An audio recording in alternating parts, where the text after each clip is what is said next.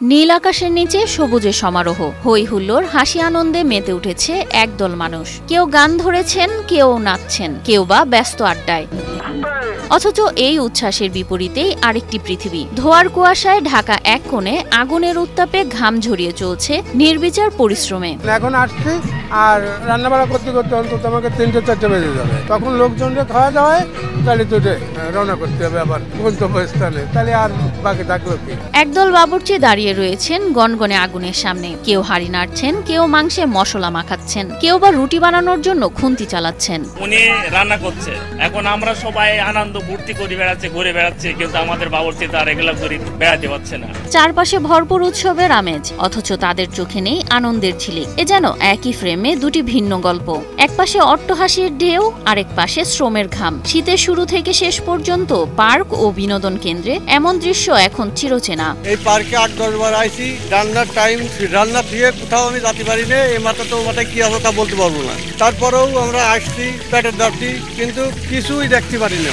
এই যে কাজ খেয়ে যেতে পারি না, রান্তি সময় শেষ, আবার দেখা আছে যে টাইম শেষ হয়ে গেল, গাড়ি বাড়ি আবার মাল তুলতে সময় শেষ, আমাদের আমরা যেতে পারি না কোথাও। নানা শ্রেণী পেশার মানুষ দল বেঁধে পিকনিকে যান আর খাবারের দায়িত্ব তুলে দেন বাবুর্চিদের কাঁধে। সকাল থেকে বিকেল পর্যন্ত যখন মঞ্চে গানের তালে তালে নাচ চলে, তখন রান্নাঘরের কোণেই আটকে থাকেন এই নেপথ্যের নায়করা। আমাদের এখানে ঘোরার টাইম থাকে না, আমরা রানবো না, লোকের খাতে থাকে বলে আমাদের ঘোরার টাইম থাকে না।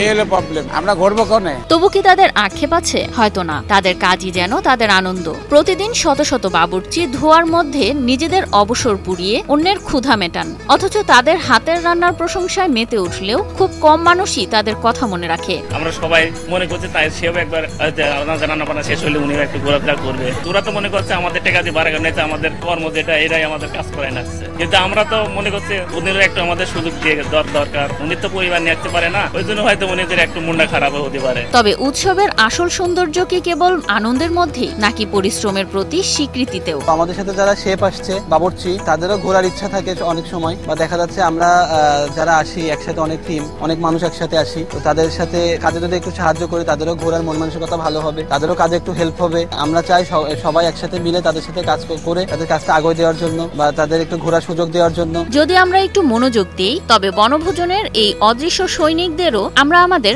আনন্দের অংশ করে নিতে পারি। আমাদের যে অনুষ্ঠানে আমাদের এখানে ধরেন আমরা সবাই সুন্দরভাবে ঘোরাফেরা করছে, সেক্ষেত্রে আমাদের এখানে যে বাবুর্চি তারা তো দেখা যাচ্ছে আমাদের মতন ফ্রেন্ডলি কিংবা সময়তে ঘোরাফেরা করতে পারে না। তাদের একটা দায়িত্ব আছে রান্না বান্না করা, সবার সাথে সবকিছু পরিবেশন করা। পরবর্তীতে যে সময়টা পায় কাজ কাম শেষ করে, ওই সময় তার ঘোরাফেরার সময় আসলে থাকে না। সেক্ষেত্রে আমাদেরও উচিত এই বাবুর্চি ভাইদেরকে নিয়ে, আমাদের সাথে নিয়ে আনন্দের মুহূর্ত গুলো তাদের সাথে ছড়াই দিয়ে তারা যেন সুন্দরভাবে ঘোরাফেরা করতে পারে। তারা যেন মনেই করে না যে আমরা আলাদাভাবে আইছি কিংবা আমাদের টাকা দিয়ে নিয়ে আইছি বলে আমাদের এগুলো করা লাগবে, এমন কিছু যেন তারা মনে না করে। তো আমরা এই দিক দিয়ে সবকিছু দেখবো যে না, তারাও আমাদের একটা অংশ। উৎসব তখনই পরিপূর্ণ হয় যখন পরিশ্রম আর আনন্দ একসাথে মিলে, যখন নেপথ্যের এই মানুষগুলোকেও আনন্দে সামিল করা যায়। প্রত্যেক টিমেরই একটা বাবুর্চি সিলেক্ট করা থাকে। এখন এই বাবুর্চিরা আছে দেখেই প্রত্যেক টিমের ওরা আনন্দ করতে পারতেছে, কিন্তু তাদেরও একটা গল্প আছে, ওটা কিন্তু আমরা জানি না। তারা কিন্তু তাদের মনেও একটা উৎসাহ থাকে ঘোরাফেরা করার জন্য, কিন্তু তারা আসলে পারতেছে কিনা ওটা হচ্ছে প্রত্যেক টিমেরই দেখা উচিত। তাদের সাথে আনন্দ ভাগাভাগি করে নেওয়া উচিত।